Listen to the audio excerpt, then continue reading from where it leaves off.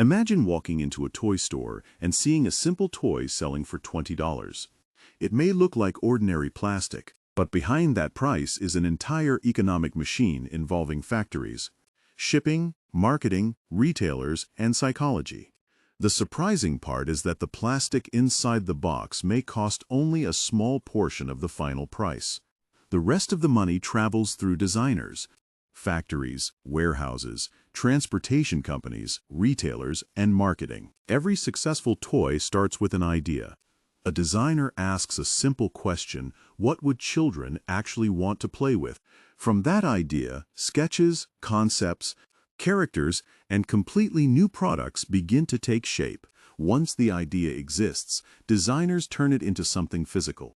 They create digital models, drawings, and different versions of the toy, carefully thinking about appearance, functionality, durability, age groups, and especially how much it will cost to produce.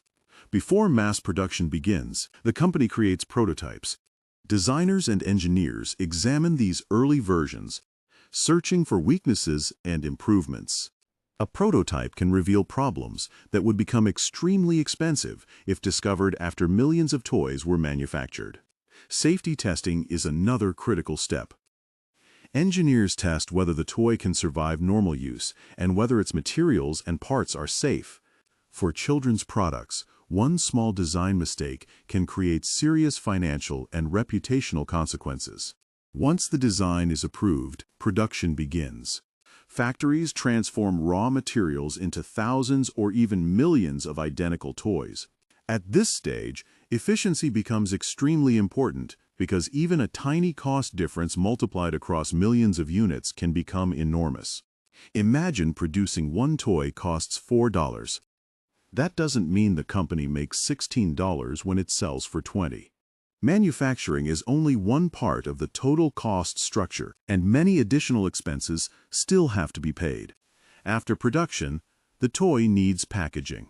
The box protects the product, but it also has another important job: convincing customers to notice it. In a crowded toy aisle, packaging can determine whether a child even asks their parent to look closer. Bright colors, exciting pictures, characters, and demonstrations aren't random. They are designed to communicate value within seconds. The package has to make the toy look fun enough for children and trustworthy enough for parents. Now the toys have to travel. A product manufactured thousands of miles away may move through factories, ports, cargo ships, trucks, and distribution centers before reaching a store. Every step adds time, risk, and cost to the final product. The toy business is really a supply chain. An idea becomes a product. The factory creates it, ships transport it, warehouses store it, retailers sell it, and finally a customer takes it home. One weak link can affect the entire business. Before customers can buy toys, someone has to store them. Warehouses may contain thousands of boxes waiting for retailers. But storage isn't free. Companies pay for buildings, workers, equipment, electricity, insurance, and transportation. Inventory is one of the biggest risks in the toy industry. If a company produces too many toys, money becomes trapped in unsold products. The longer those toys sit in warehouses, the more expensive the mistake becomes. But producing too few toys creates another problem. Imagine a child desperately wants a popular toy, but every store is sold out. The company loses that sale, and the customer may simply choose a competitor instead. Now imagine the opposite.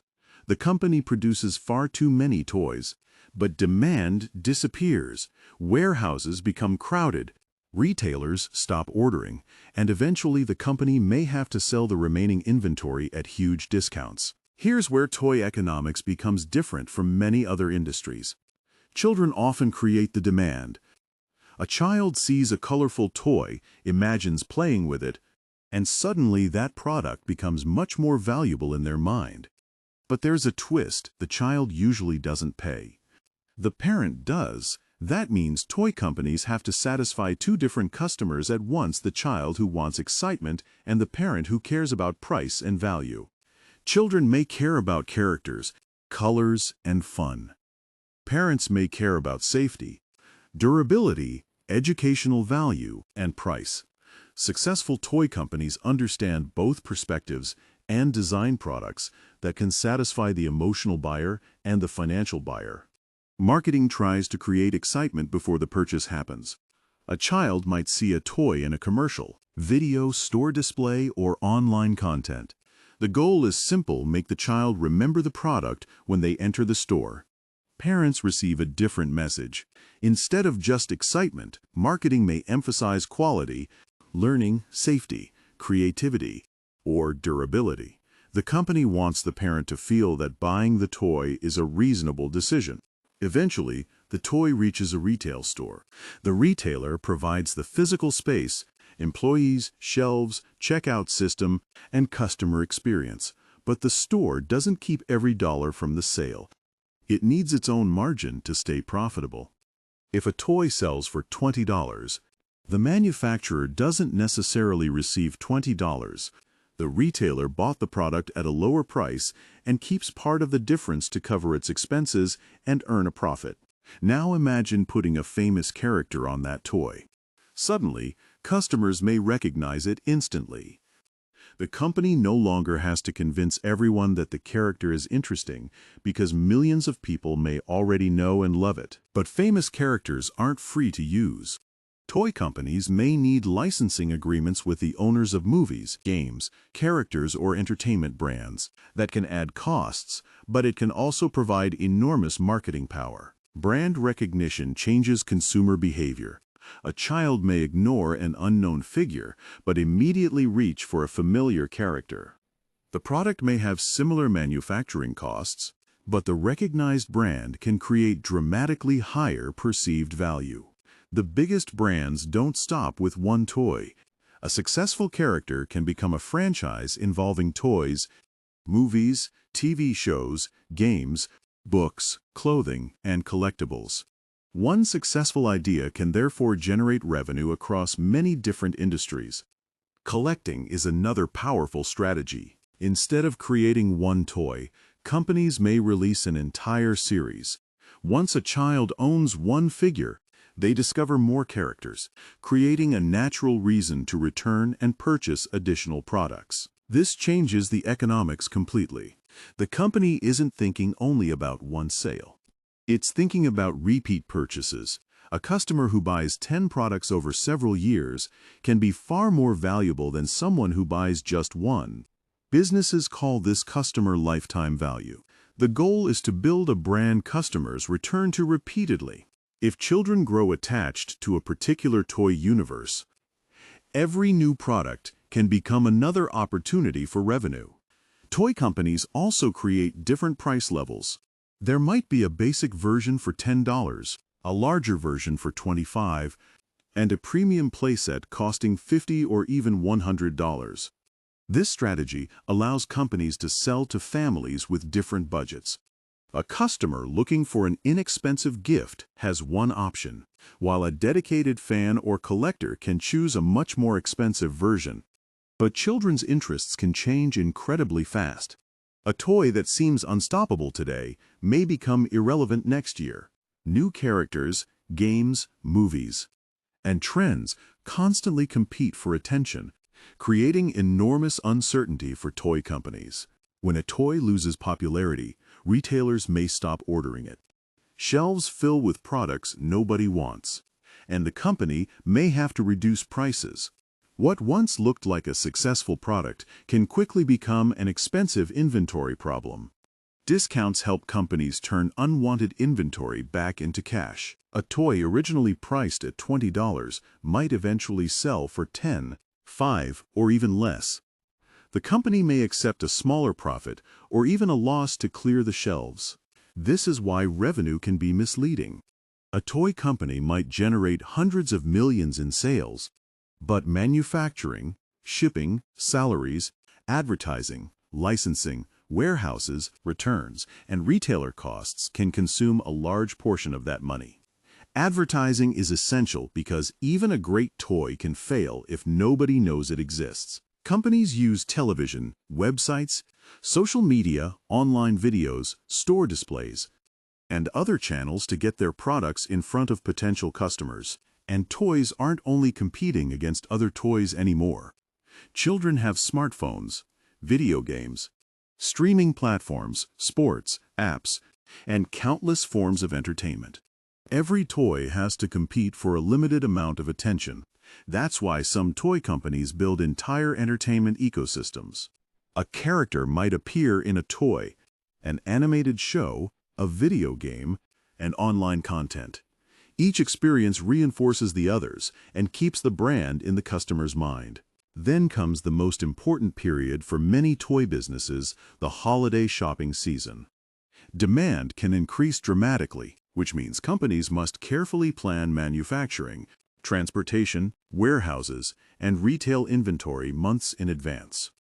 Companies often produce holiday inventory long before shoppers arrive. The challenge is predicting demand months ahead. Too little inventory means missed sales, while too much can leave the company with expensive leftover products. Timing can be everything. Imagine a company expects its hottest toy to sell millions of units, but a shipment arrives late. Stores remain empty during peak demand, and customers may simply buy another brand. That missed opportunity can be enormous. A customer who can't find the desired toy doesn't necessarily wait. They may choose a competitor's product instead, meaning the company loses not only today's sale, but potentially a future customer. Sometimes limited availability can actually increase demand.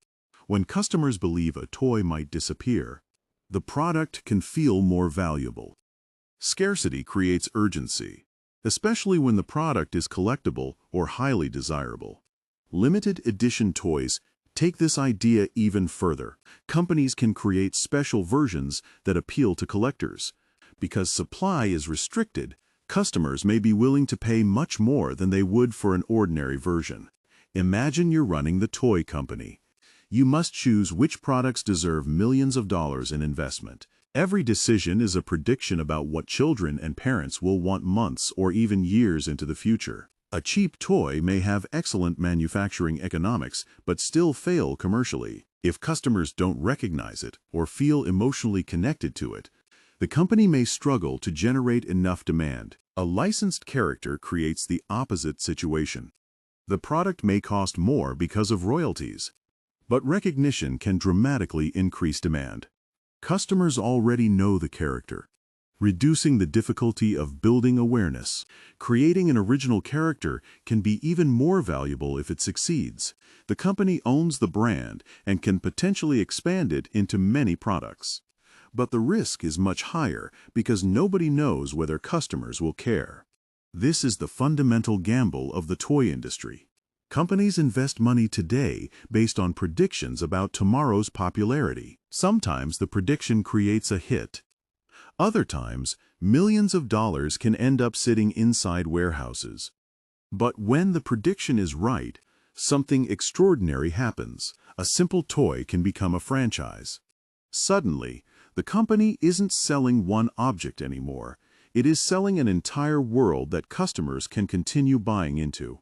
And this is where economics meets psychology. Children don't think about plastic manufacturing costs. They think about imagination, excitement, friendship, adventure, and memories. The emotional value of the toy can be far greater than its physical value. Two toys could cost almost the same amount to manufacture, yet one might sell for much more. Why? Because consumers don't pay only for materials.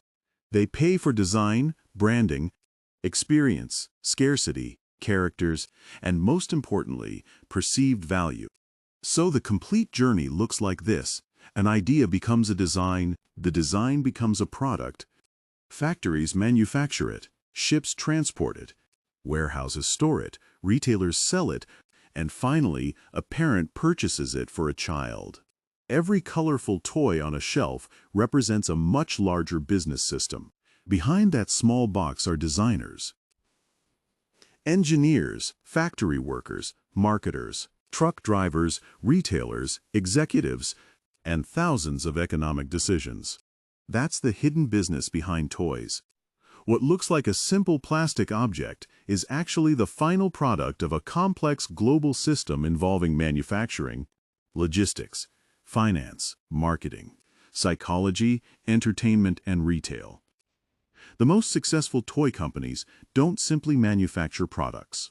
They manufacture demand. They create characters, stories, excitement, communities, and experiences that make customers want the physical product sitting inside the box. So the next time you see a $20 toy, remember, you're not just paying for plastic. You're paying for an idea, a brand, a story, and an entire economic machine that transformed something simple into something people want.